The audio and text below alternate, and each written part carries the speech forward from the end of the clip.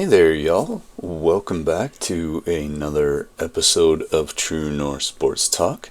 I am your host, Peter Barclay, and we are going to, as Canadian sports fans, and being the host, being here in Southern Ontario, that means that the closest team in proximity to us is the Toronto Maple Leafs.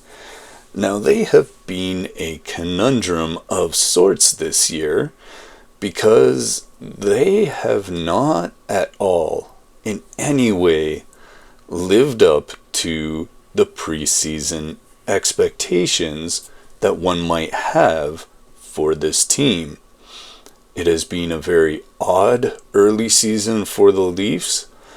And it really makes you wonder what went wrong.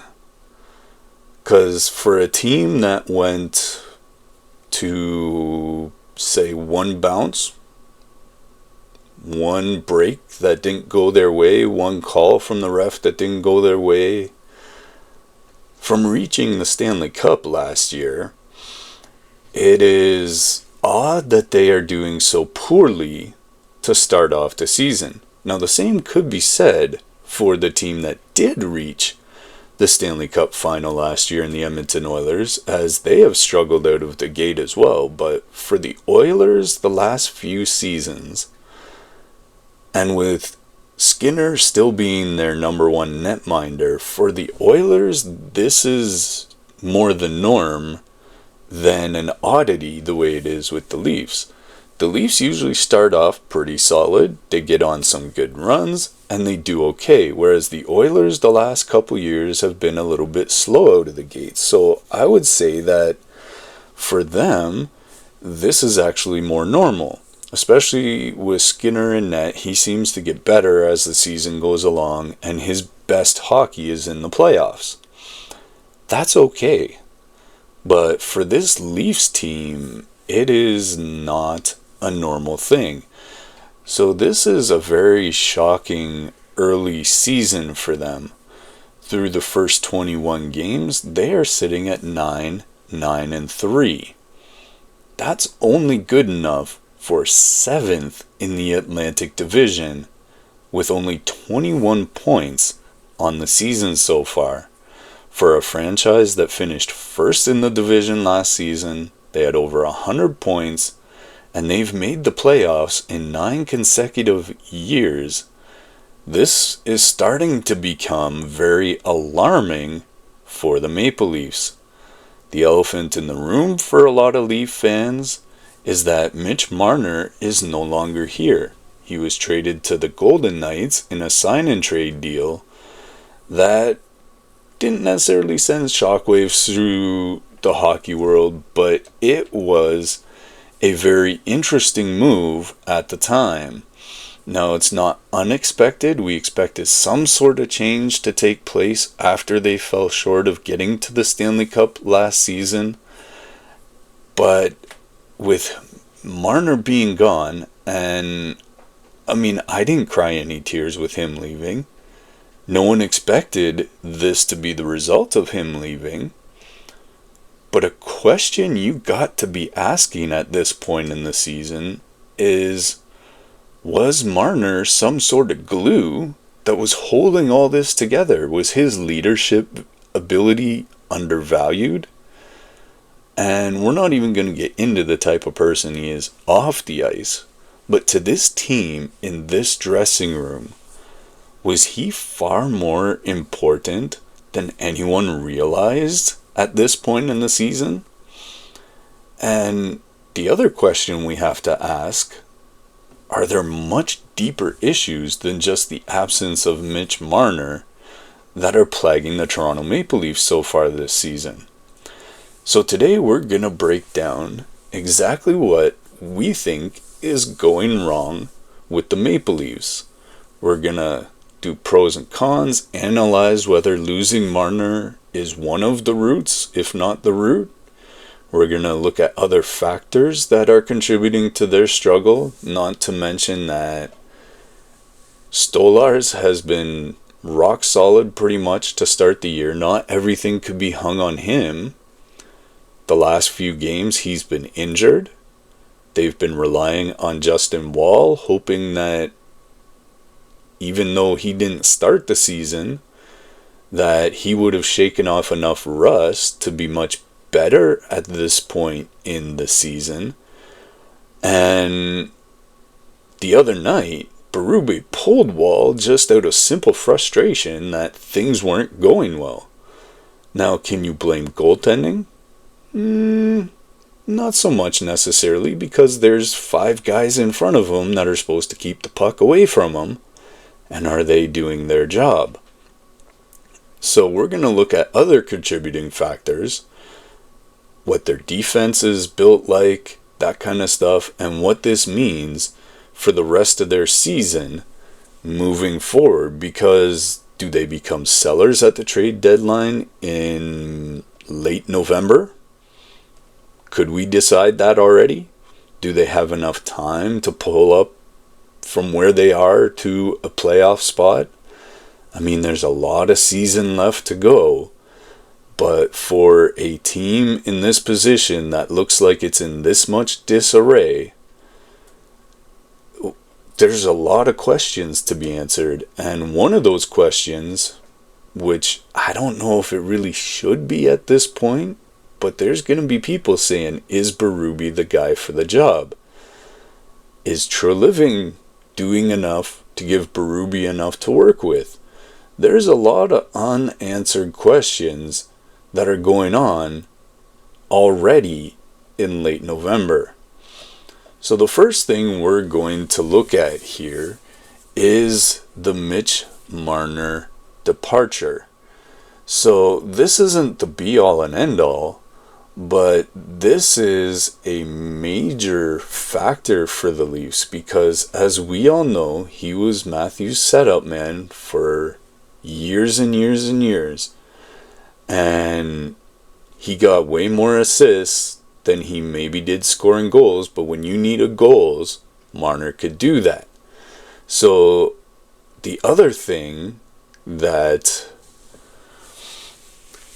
I think the Leafs are really missing this year, and it's something that when I went to a game a few years ago and watched Mitch Marner play live and in person, the very first thing that jumped out at me was, wow, that guy is lightning on skates. There are very few guys, I would contend, in the NHL that are faster than Mitch Marner.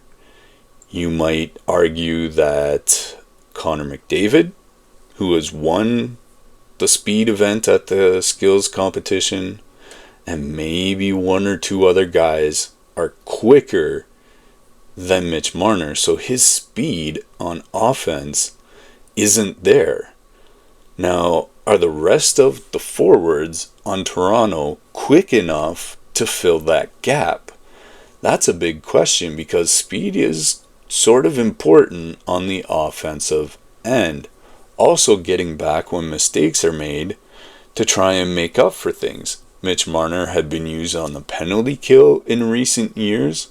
That's a big hole to fill. He's been used obviously on the power play, setting up Matthews. So again, with Marner being gone, that's a really, really big hole to fill. And this summer, his time in Toronto came to an end. Being 28 years old, he's still got quite a few years left in the tank. And he did a sign-and trade for 8 years and $96 million and had an average annual value of $12 million. They signed him, traded him to Vegas, and exchanged for Nicholas Waugh, or Roy, however you want to pronounce that. So if you're a Leafs fan, you remember how this all went down. Marner was set to become an unrestricted free agent, and it became clear throughout the spring and the summer that he wanted to test the market. Now, Brad Treliving tried to engage in contract talks, but Marner's camp just didn't want it. They really, really wanted to see what was out there on the open market. And again, I will give some amount of credit to Brad Treliving, because going the route of a sign and trade, he really attempted to make sure that Marner didn't leave and he got nothing in return. Now the question is, did he get back the full value of losing a Mitch Marner? Now that's nearly impossible. A lot of people could argue, and they wouldn't necessarily be wrong. But only getting back one player, doing a 1-for-1 trade, that kind of fell a bit short of what Treliving was trying to do. But at the same time, he did what he should do, and that's try and not let Marner walk empty-handed. And by June, Elliot Friedman, we all know him from his days at CBC, moving over to Sportsnet, he reported that Marner's people hadn't even spoken with the Leafs at all. And everyone kind of knew where this was heading. He had kind of gotten fed up with his time in Toronto and just really wanted to have a change of scenery. So the trade allowed Marner to get that 8th year on his contract that only Toronto could offer him as his current team, and that's why they executed the sign and trade. Vegas got their star winger, Toronto got Nicholas Waugh, a 25-year-old center who had 15 goals and 31 points last season, and he also carried nearly an $8 million cap relief because he wasn't looking for $12 million a year. So Nicholas Waugh fills up some of the void with 31 points last season, but let's see what Mitch Marner really left behind. So in his final season in Toronto, Marner amassed 102 points, 30 goals, 72 assists in 82 games. That's a far cry from 31. That's like a 70-point difference that Toronto now has to figure out how to make up. He was the 5th leading scorer. Over his 9-year career with the Leafs, he accumulated 741 points, ranking 5th all-time in franchise history. He was an all-star. He made his first all-star team. And he won the Selke, or was a Selke Trophy finalist, in 2023 for his defensive play. Here's what's really critical though.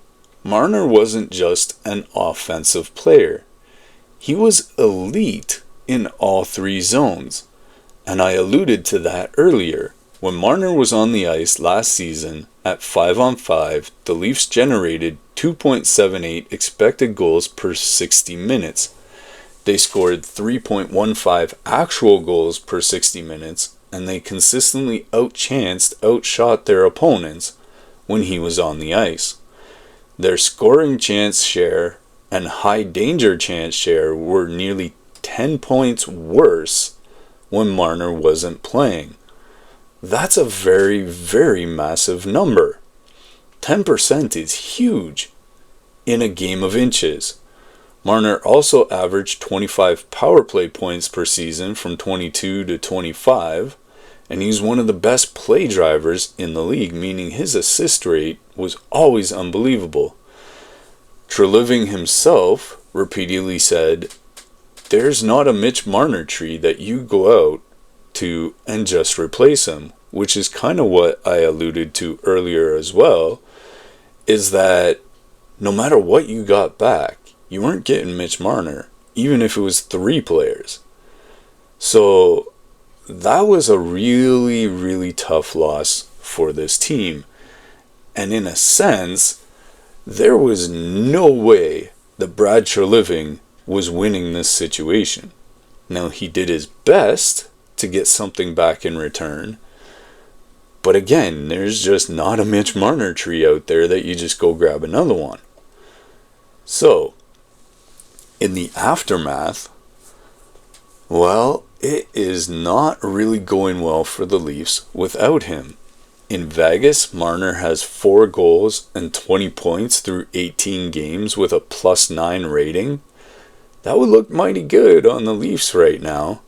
And he became the fastest player in Golden Knights history to reach 20 points, doing it in just 18 games. Meanwhile, in Toronto, the replacements haven't exactly filled the void.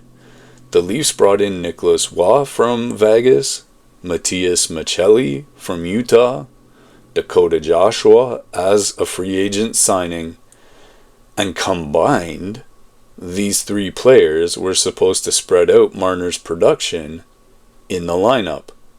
On paper, their combined 82 game averages over the past 3 seasons matched Marner's output, but as we all know, no professional sport is played on paper. You gotta do it in the games. Waugh has 1 goal and 4 points in 19 games. Maccelli has been the best of the bunch, but is still only on pace for about 40, maybe 50 points. Joshua struggled to make an impact, and none of them are bringing Marner's elite two-way play. His ability to kill penalties, as I mentioned, and his high-end playmaking make it almost impossible to replace him. One of the CBS analysts out of the States recently wrote, "I'm sure the last thing any Leaf fans want to read about is Mitch Marner. But I don't think it's a coincidence that the team is struggling without him. Quite frankly, neither do I. Toronto avoided the cap crunch that would have accompanied re-signing Marner, but at what cost? Marner's an elite player in all 3 zones, offense, defense, the neutral zone, and the Leafs miss his presence in all situations. Especially, I would say, probably on the penalty kill. There's a calmness about him that seems to be missing at times this year, and there's just something is really off in that dressing room right now. And the stats, as we've even been talking about already, these numbers paint a very dismal and brutal picture of just how much the Leafs are missing his impact. The shots on goal differential, to start with, is just one of the ways that this is highlighted. Sportsnet Stats shows one particularly alarming statistic that the Maple Leafs shots on goal differential per game in November of 2024, when Marner was there, was a minus 1.1. In November of 2025, holy jumping. This is where it gets very scary. Minus 11.7. In a game of inches, a 10-point swing is unfathomable to begin with, but I don't know that you can recover from that. The Leafs are getting massively outshot game in and game out. And what does that mean for their goaltenders? Well, it don't matter how long Anthony Stolar stands on his head. If he's seeing an average of 10 to 15 more shots than his counterpart at the other end of the ice, that's going to wear you out over 82 games. So through their first 21 games, Toronto has allowed 77 goals. That's 3.67 goals against per game. That's nearly 4 goals a game, y'all. That's scary numbers. That's really, really bad numbers. And that ranks 29th out of 32 NHL teams. There's only 4 teams that are worse than them at goals against. And Toronto has a really good number 1 in Anthony Stolar. So that tells you a huge picture of how bad the 5 guys in front of them are playing this year. Last season, when Marner was here, they were a top 10 defensive team. The Leafs have allowed 65 goals in the Eastern Conference alone. That's the most of any team in any conference. They're hemorrhaging goals at an unprecedented rate for a team that's supposedly a contending team. Their power play just hasn't been the same. It's been described as anemic, which is far less than flattering. Toronto is converting at just a 14.5% rate this season. Good for 27th out of 32 teams. Last year they were converting at 24.8%, and that's another 10-point difference. And that was 8th last year. Marner was a huge part of that success, averaging 32 power play points per season, again between 22 and 25. So, it's not all Mitch Marner, and we've said this right from the beginning. This is on the rest of the guys who haven't stepped up to try and help fill that void. Maybe they're trying too hard to do that. Maybe they need to slow it down and let the game come to them a little more. And are some of the guys in that dressing room saying, I need to be Mitch Marner instead of being Nicholas Waugh? Right? So there's that question as well. Their rush defense has been a bit of a disaster as well at times this season. So here's where it gets really ugly for the Leafs. They were ranked in 8th in the NHL in rush chances against, 4th in rush goals against. So that's pretty solid. Now, again, remember, there's 32 teams. They're 31st in rush chances against dead last in rush goals against. So they are playing horribly so far this year.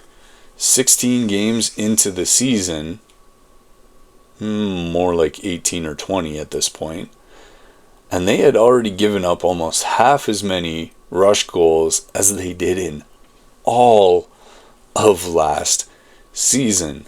Now Nick Kyprios and Justin Bourne, they broke this down on Sportsnet Radio, and we all know Kipper.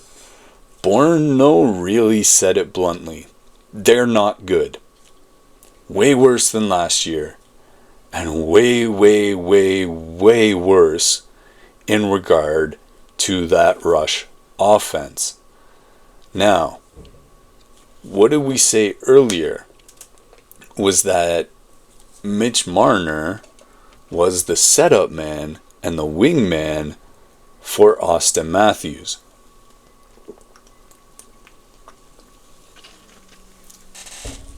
Now, there's not much that illustrates Marner's value on the team than looking at the stats of Auston Matthews.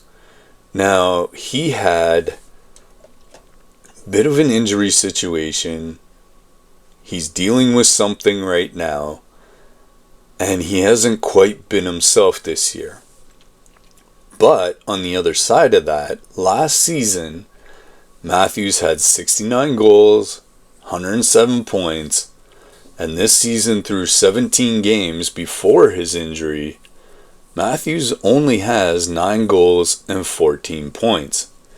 He's simply not getting the same grade A scoring chances that one Marner created for him, but are the guys around him, and I know they put Nylander with him, but Nylander's a score-first guy. He's not a pass-first guy. And they put Nylander with Matthews simply to try and create scenarios where there's other people they have to match around Matthews, but having Marner there who can make the passes and the plays and had the vision that Marner had with Matthews, but he was also a scorer that was able to make teams honest around Matthews as well, because if they left Marner to go to Matthews. Marner could put it in the back of the net too. And they just don't have that same level around him that opens him up the way that a Marner did. In NHL.com's mailbag, there was either a comment or someone wrote, "It makes you wonder if Matthews misses Marner's ability to set him up for those scoring chances." And I would say, even if he won't admit it, there is definitely a part of that is going on. Now, something else that has been happening at a far higher rate than it did last year is they've been losing in regulation to teams that aren't very good. On Sportsnet Stats, they've shared that disturbing fact as well. Teams with the most regulation losses to teams that missed the playoffs last season. Toronto leads the entire NHL with 7 losses like that. The Blues have 6, the Panthers have 6. The Panthers are a bit surprising, being the Cup champs, but for a team with Cup aspirations, losing to lottery teams is just simply not acceptable.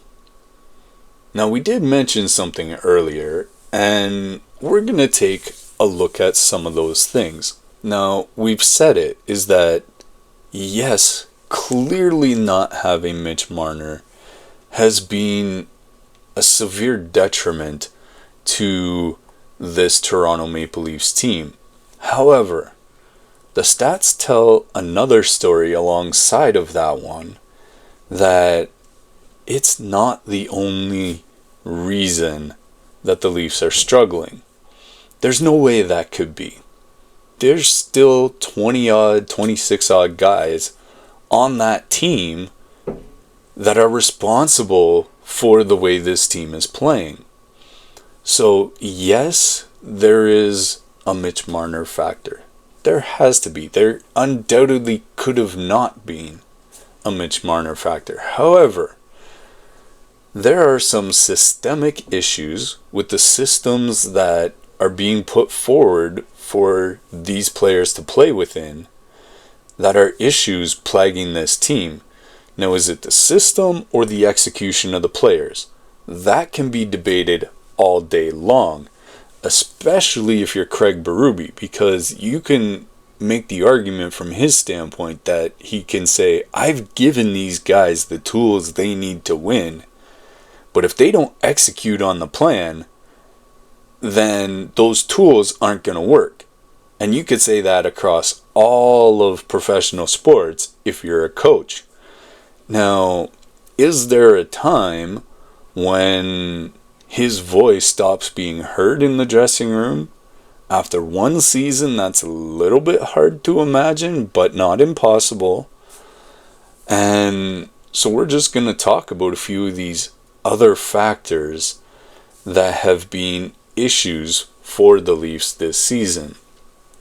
Now, could part of Matthews' stats not being what you would expect them to be the fact that he has missed significant time with a lower body injury?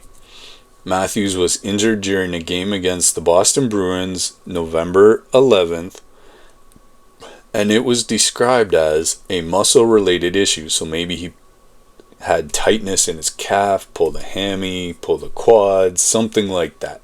It's muscle-related.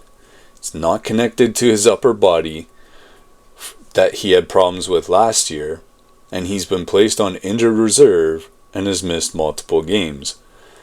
Before the injury, Matthews admitted he'd been playing hurt more or less since training camp. So the fact that he has 14 points injured actually tells you that he's pretty darn good, even though it's not your usual Matthews numbers. He goes, I got injured in training camp, wasn't feeling great through the first month of the season, and this likely explains why his production wasn't usual Matthew numbers before he went on the injured reserve. The Leafs are 45-24-3 all-time without Matthews in the lineup, so they've shown that they can win without him, But again, all those other times you had Marner in the lineup picking up at least some of that scoring loss. But losing your captain and best goal scorer when you're already struggling is a massive blow. Craig Berube said, and you would expect him to say this, but it's a next man up mentality. Realistically though, again, it's the same as we said with Marner. There isn't a Matthews tree out there that you can just go pluck another one off and plug them in. So, yeah, you can say next man up. But if that next man isn't Auston Matthews, you're not going to get the same level of production. So that's a difficulty that the Leafs are facing. The Leafs entered this season with what many believed was potentially the best defensive core of the Matthews era. They brought back everyone from last season, so Jake McCabe, who left last night's game early, so keep an eye on that. You had Chris Tanev, Morgan Rielly, Oliver Ekman-Larsson. They added Brandon Carlo at the trade deadline last year, and in goal they re-signed Anthony Stolarz. When healthy, they have Joseph Woll. So what went wrong? Well, injuries have been a very difficult thing, but every team has injuries. So why is it so much worse for this team? You had Chris Tanev being shut down. He's been banged up. His underlying numbers were troubling even before the injury, so was he playing hurt? Brandon Carlo, who cost the Leafs a first-round prospect, and Fraser Minton, he's struggled to live up to expectations. His value's been diminished substantially since the trade. Coaching changes. Lane Lambert was the defensive coach last season. He did a really good job, obviously, under his guidance. Toronto transformed into a top 10 defensive unit, but Lambert left to become the head coach, so he got promoted by the Seattle Kraken. Derek Lalonde took over, and that transition appears to have disrupted the established systems.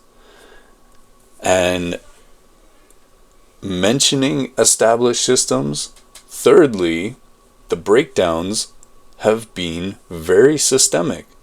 The Leafs gave up 4 breakaways in the second period alone against Carolina. That's a huge number in hockey. How do you give up 4 breakaways in one period? I wonder how many they had throughout that whole game. That's not bad luck. There's structural issues and execution issues there from the players on the ice.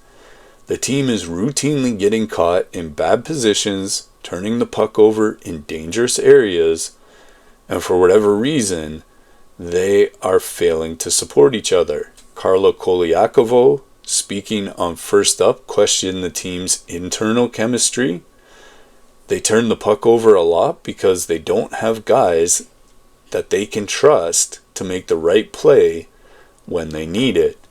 And again, that's a little tiny smidge of the Marner effect there, because he was a guy who had a very high hockey IQ and was known for making the right play at the right time and just having that vision on the ice that he could see things coming the way a lot of guys don't.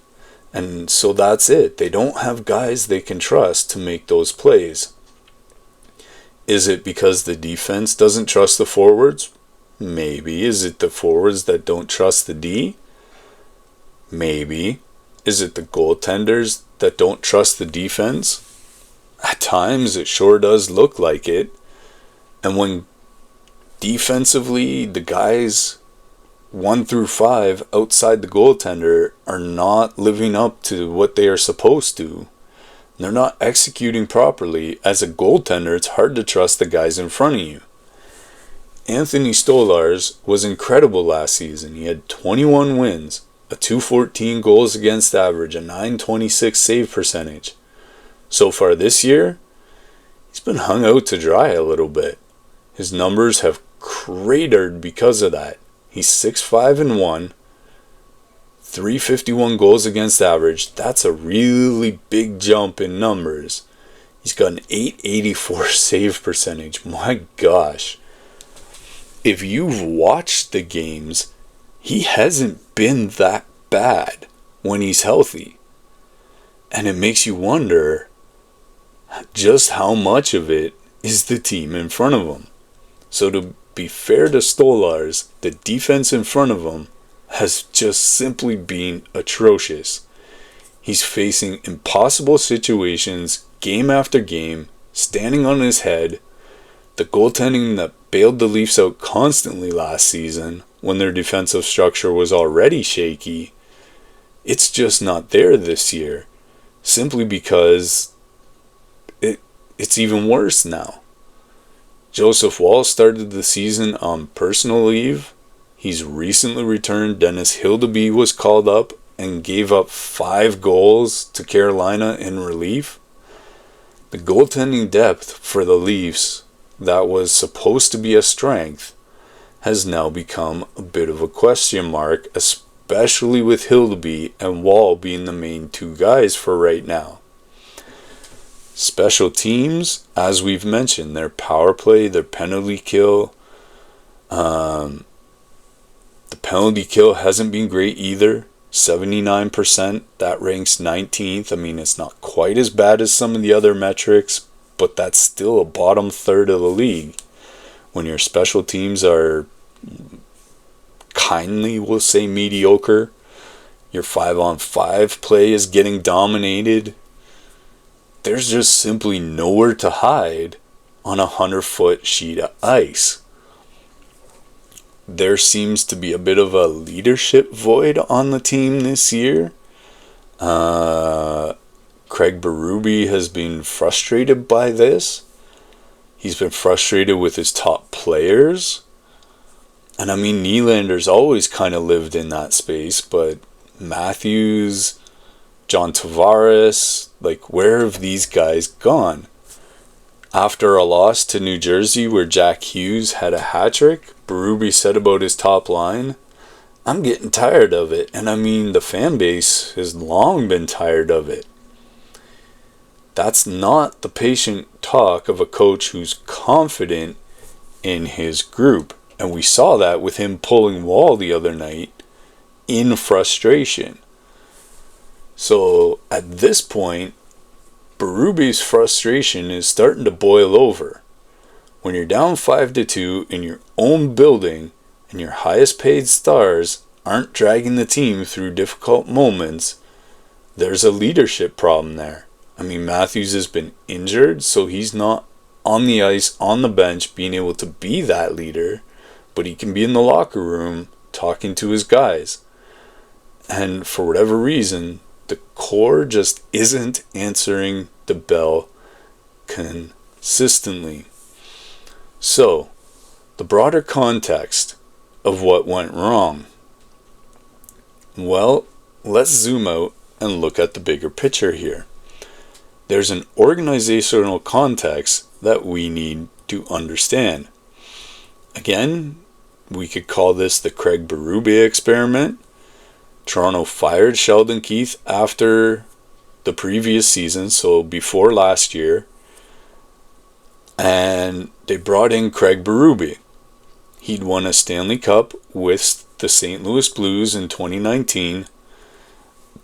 He's known as a hard-nosed, grinding style of hockey because that's the style he played as a player. The idea was to toughen up the Leafs and give them that grit they've seemingly lacked in the playoffs. But here's the thing. Remember Don Cherry back in the 90s used to always harp about how the European players were soft? Well, I liken that to the Maple Leafs of the last 15 years.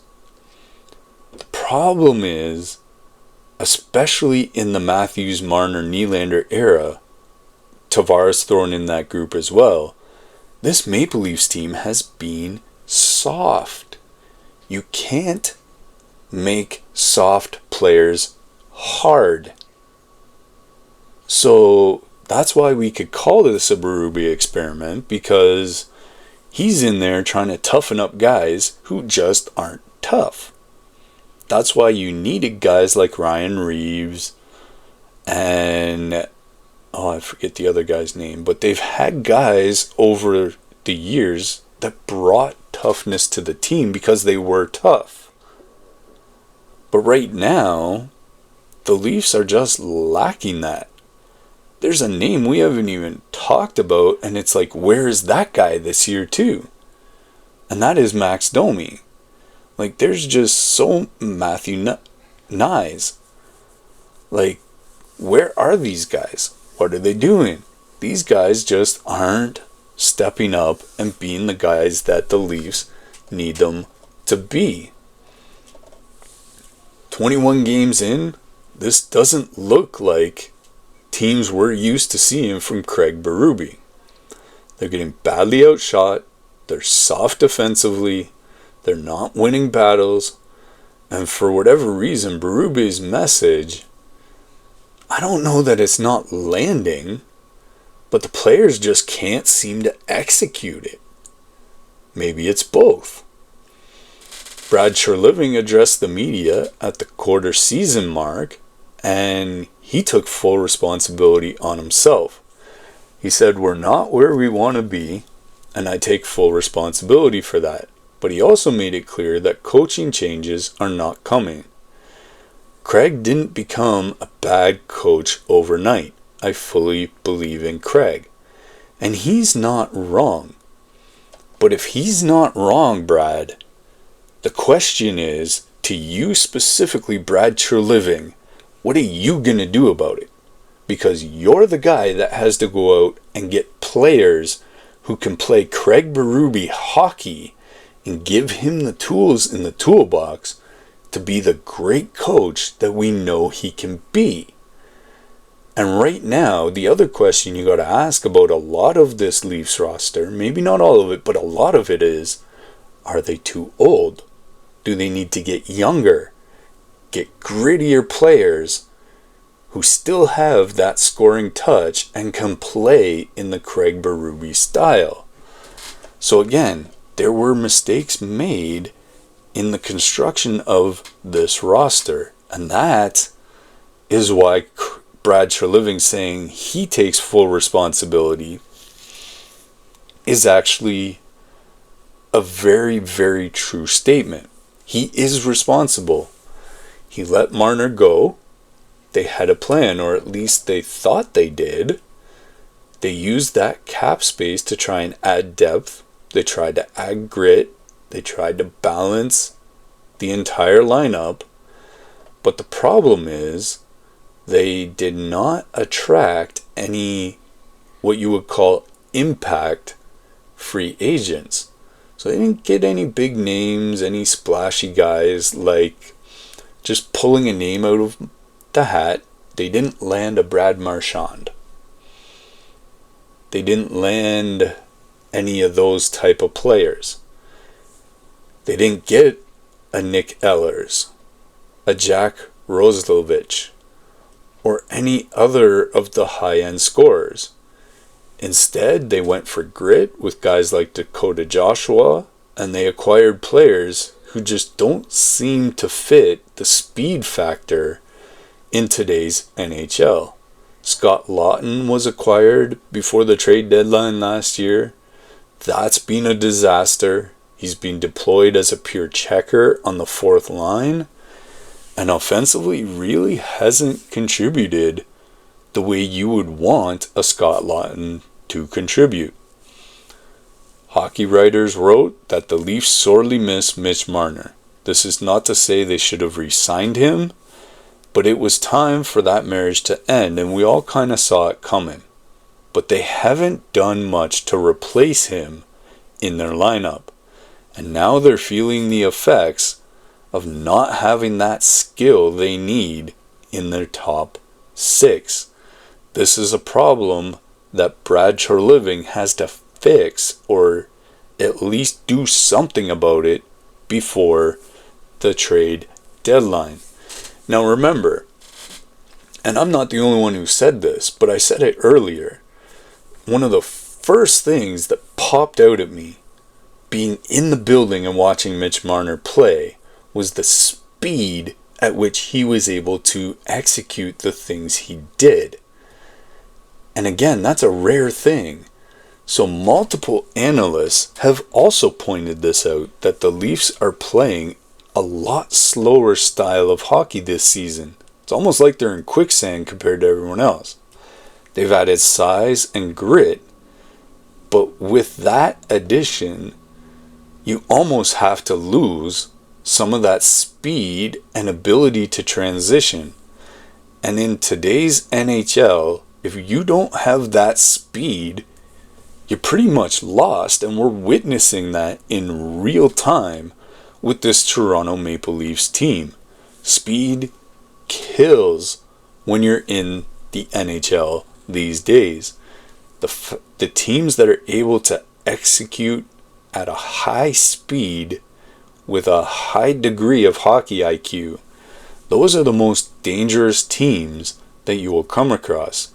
If you can't move the puck quickly through the neutral zone, generate rush chances, you're going to struggle, because that allows the defensive side to dig in, to set up, and keep you away from their net. The Leafs are getting caught in that exact trap. They're not able to get through the neutral zone quickly and create those chances that they used to do. So, the part that has been even more alarming and brings even more question to the front is that so far the Leafs' schedule has been relatively soft. They haven't played the Florida Panthers a lot, the Vegas Knights a lot, they haven't played the Oilers. A lot of the teams that are top tier teams, and I mean, it looks like Chicago's making a comeback with Bedard this year, but those top echelon teams, they're losing to teams like the Buffalo Sabres. Like, come on. If you can't beat the Sabres, what are you doing? As an NHL team, that's a huge question to answer. So far, their schedule has been relatively soft. By the end of November, they will have played only 7 games against last season's playoff teams. They've had 15 of their first 25 at home, and this was supposed to be a golden opportunity to bank points before playing tougher stretches later on in the season. Instead, they've squandered almost every bit of it. They have 7 regulation losses to teams that missed the playoffs last year. I mean, at least 2 of those were Buffalo. The most in the entire NHL. If you can't beat the bad teams during an easy part of your schedule, what happens when the gloves come off and it gets tougher? What are you going to do then? They haven't really played Winnipeg yet. Let's see. I mean, Montreal beat them down last night. Ottawa's beaten them this year. Detroit's beaten them this year. Like, this is a tough thing to watch for anyone who's a Leaf fan. So, where do we go from here? We've identified a lot of problems, but the question is, what can Toronto do about it? What are their options moving forward? Well, option 1 isn't exactly palatable, but it's ride it out and hope things get better. And so far, this is essentially what Brad Living is saying publicly. Give it time. Let the injured players get healthy. Hope the new systems click. Trust that Craig Berube can turn it around, but he's not the one executing on the ice. So the argument for this approach is to say, oh, it's early, it's only 21 games. That's a quarter of the season. Teams have overcome worse starts. The Leafs still have elite talent with Matthews, Nylander, Tavares, Nyes. You got Riley on the back end, Tanev. When Matthews returns healthy, if the defense can stabilize, maybe they find their game. The argument against it is, every game that passes with a mediocre or losing record, that makes it all that much, it erases the margin for error, makes the climb all that much harder. With American Thanksgiving being a critical benchmark for the NHL historically, 75% of teams in a playoff spot at Thanksgiving end up making the postseason. That's a large number. So the Leafs are running out of time to get it together. They got about a week till Thursday, Friday of this coming week.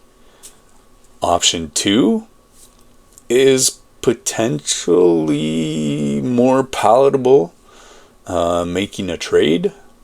Treliving has made it clear that 4 players are off limits for trades: Matthews, Nylander, Nyes, and Tavares. In theory, though, everyone else is available. What's the problem with that? The Leafs don't have their 2026 first round pick, unless it's top 5 protected. They traded that to Boston in the Carlo deal. So if they're going to tank to get a high pick, that doesn't make a whole lot of sense, because if you tank, you're giving that pick to Boston. But if they're trying to save the season, they don't have a lot of assets to work with. Some names that could be involved: Max Domi. He's been inconsistent. They already jettisoned David Kampf in... they should have traded him if they could have. He just walked off the Marlies ice and is like, I'm not coming back till I'm in the NHL.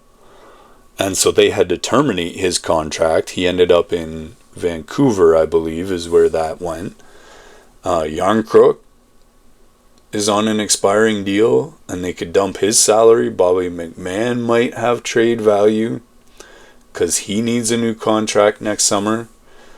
But the question is, what would a trade accomplish? Unless Treliving can somehow land a legit top 6 forward or some sort of defensive upgrade, moving pieces around the margins aren't going to fix the core issues.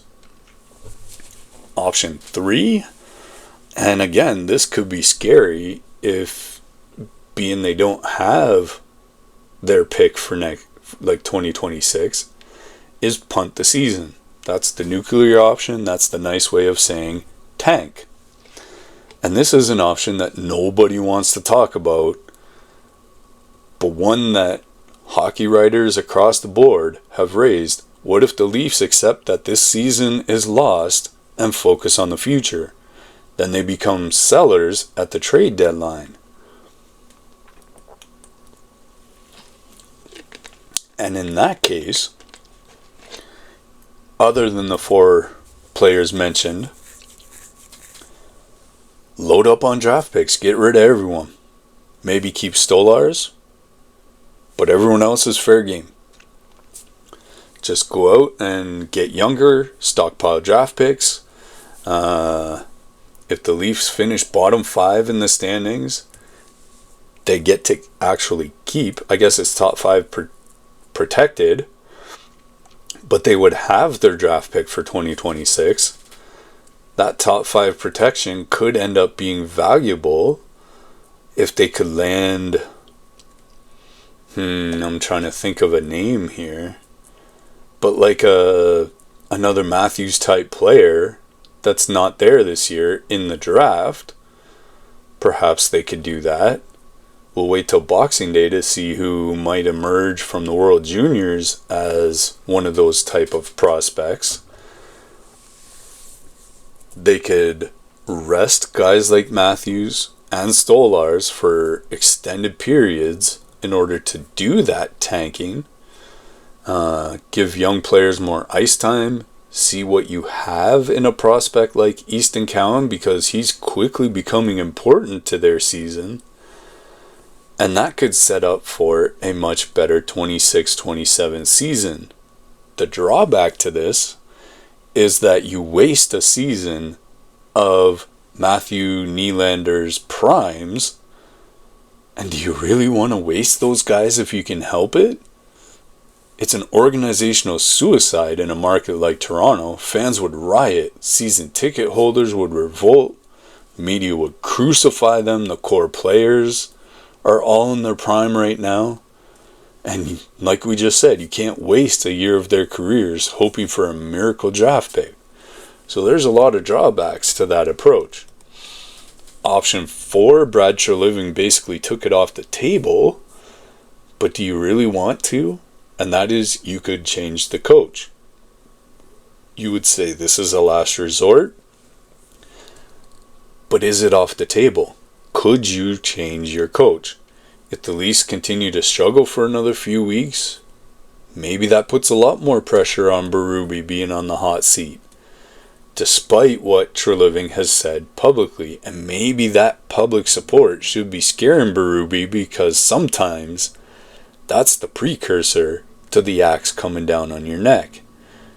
The counter argument, and the one we've alluded to earlier as well, is what good would it do?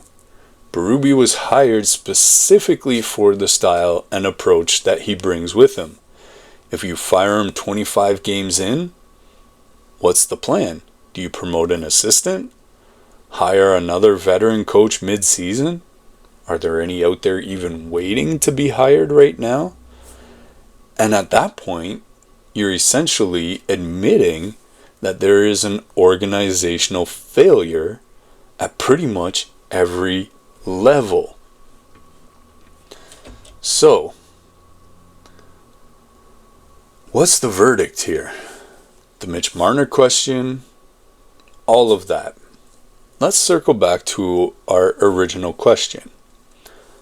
Was Mitch Marner the glue that was holding the Maple Leafs together? Well, as you've seen all the way along, that answer is very complicated. Yes, it hurt to lose Marner. A lot. The stats don't lie. Marner was an elite play driver who was a general on offense. He made everyone around him better. He set up Matthews for easy goals. He quarterbacked the power play.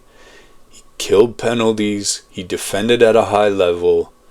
He transported the puck through the neutral zone with a speed and skill that they don't have right now. And when he was on the ice, the Leafs were puck dominant and they controlled the play. And right now they just don't have that. Replacing a 100-point player who does everything is virtually impossible. And the Leafs haven't come close. Nicholas Waugh, Matthias Maccelli, Dakota Joshua, combined, they don't even come close to matching what Marner brought. Jamie McLennan, previous NHL player, summed it up perfectly on the Barn Burner podcast. He's a very elite complementary player, and what I mean by that is, I think he's a star, and he was a star, but he makes other players around him better, and that's what makes you a star. He's an elite puck mover, a puck transporter, and so you're losing one elite player off your roster. Now, the amount of assists Marner got in a year, and the way he moved the puck and was able to quarterback things, I'd almost liken it to a Dennis Rodman, who will get you 25 rebounds a game. He'll get you 3 or 4 block shots a game, and he's the start of your fast break because of it. So Mitch Marner is similar to that, where he's not necessarily going to score all the time, even though he could do that too. But he gets the puck, scoops it from the front of the net. Next thing you know, it's at the other team's blue line. And then you're on a puck-dominating time in the offensive zone. And that was the type of thing that Rodman brought to the Pistons, to the Bulls, and to any other team that he played for. And so that's the thing, is that that's the type of player that you're losing off of your roster. And his assist ratio and the way he made other people better, it's hard to put him in the same breath. But a guy who is similar to that, I mean, Sid's a bit like that, but Wayne Gretzky was great. Like, probably 2/3 of Gretz's points that made him so good came from assisting other players. His office was behind the net. Well, Marner was a little bit like that in that regard. Like, obviously he's not Wayne Gretzky. Clearly that's not the case. But his passing game was very similar. But that being said, his absence isn't the only problem. So blaming everything on his departure would be letting other factors and a lack of execution off the hook. The defensive structure has collapsed for reasons beyond losing one person who was a forward and not even a defenseman. The goaltending isn't bailing them out like last year, although they've been trying to. Coaching changes have disrupted the systems a little bit. We mentioned Lalonde coming in. We mentioned the other person going to Seattle. Matthews has been injured. He wasn't producing before that because he's been injured the whole year. The roster construction that prioritized grit over skill and speed. And so that led the score columnist Scott Stinson to write that it turns out that Mitch Marner wasn't the problem. Problem wasn't Marner. It's the bosses. And Treliving needs to wear a lot of this because he wasn't able to convince impact free agents to come to Toronto. He couldn't find adequate replacements. He doubled down on a style of hockey that doesn't work in the modern NHL. And to be fair, in a sense, I remember this happening in Calgary before Treliving left that organization. Now, as a person, as a human being, there's a lot of respect for a Brad Treliving. It's not that he's horrible at his job, but there are patterns that you can recognize from the way he carries his business. So those are organizational failures and not just the natural consequence of losing one player. Although that one player was pretty darn good. So the uncomfortable truth is, and a lot of people in Toronto don't want to admit, they were probably right to let Mitch Marner walk at 12 to 14 million per year, but they were completely wrong about how they went about replacing him. The plan should have been to use that cap space to get faster, younger, and more skill up and down the lineup. Instead, they got slower, grittier, and far less dynamic. And this is an NHL where the former works out far better than the latter. The Leafs are now stuck in a no man's land of sorts. They can't get Marner back. They can't undo the moves they made. They can't magically fix Matthews' injury or Stolar's injury or Stolar's confidence for that matter, or teach the defense how to not give up breakaways. PK Subban recently revived the Marner debate on social media, reminding Leaf fans that he warned them a year ago that if they ran Marner out of town, that they would end up regretting it. So far, Subban was right. But being right, that doesn't help the Leafs now. So, some final thoughts here before we wrap this up. And it's been fun talking Leafs, talking hockey. So let's bring this home. Where do we think the Maple Leafs go from here? Well, in the short term, for the next couple of weeks, 2-3 weeks, get to Christmas, get through American Thanksgiving, and before the trade deadline, the Leafs need to somehow find a way to tread water. They need to get Matthews back healthy, and playing at full potential. They need to win some games at home against the beatable opponents. They need to stop the bleeding defensively. And if they could stay at or get to 500, maybe above 500 by the end of the week at American Thanksgiving, they'll still have a realistic shot to make the playoffs. But if they continue this slide and they drop to like 10, 13, and 4 or worse, then we're talking about a legitimate issue at this point. Treliving has no choice but to make some significant moves. So in the medium term, meaning the rest of the season, assuming Matthews is able to return, that they can stabilize somewhat, the Leafs might be able to limp into a playoff spot, maybe a wild card, maybe 7th or 8th in the East. And we all know once you get to the playoffs, anything's possible, but it's likely they would be a first round exit team. They don't have the defensive structure, or potentially that strains the goaltending to make a deep run or a deeper run like they did last year.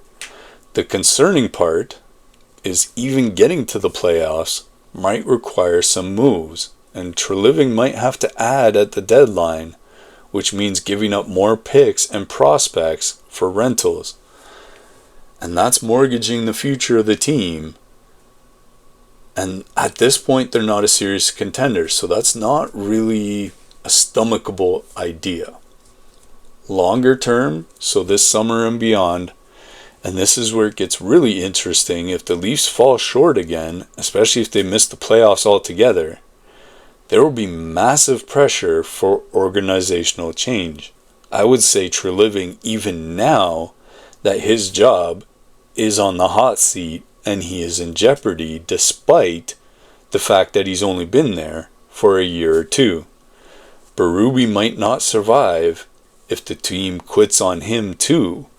So he's got to be careful to keep that room engaged and for the effort to be there every single night. So the biggest question is, what do you do with the core? Matthews and Nylander are locked up long term. Tavares is on a team-friendly deal. But the window is starting to close on those guys. And if you can't win with this group, do you start considering moving one of them or both of them for massive returns? The sad reality is that letting Mitch Marner walk might end up being the beginning of the end for this era in Maple Leafs hockey. Not because Marner was irreplaceable, even though he was extremely elite, but because of what his departure represented, an admission that this core couldn't win together, and a failed plan to replace him with lesser pieces. So what do I think is going to happen here? Now, y'all know, especially from other sports that I've covered, I'm not one for predictions. But I don't think that this Leafs team is going to make the playoffs. And even if they got a wild card or something like that, I'm saying they're not long for the first round. I mean, we're talking sweep here. I'm not one for predictions, but just looking at how this team is actually playing on the ice, I just don't see it happening. Treliving will have to make changes during the summer, but nothing that's drastic enough to fundamentally alter the team's trajectory. If he does, we'll be back here in October having the same conversations about why this group can't get it done. We got rid of Kyle Dubas. He went to another team that I really like in Pittsburgh and is running them into the ground, sort of, wasting the final years of Sid and Malkin and them guys because of the moves he's made in that organization. So we got rid of him. Before him, we let Lou Lamoriello walk. We brought in another guy in Brad Treliving, who has proven in Calgary that he can't get them over the hump, because when Calgary was truly a great team, it was Daryl Sutter. It wasn't Brad Treliving.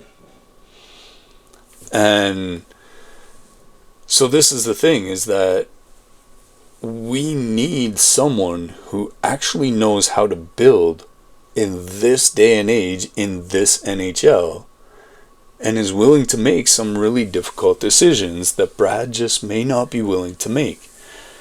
So,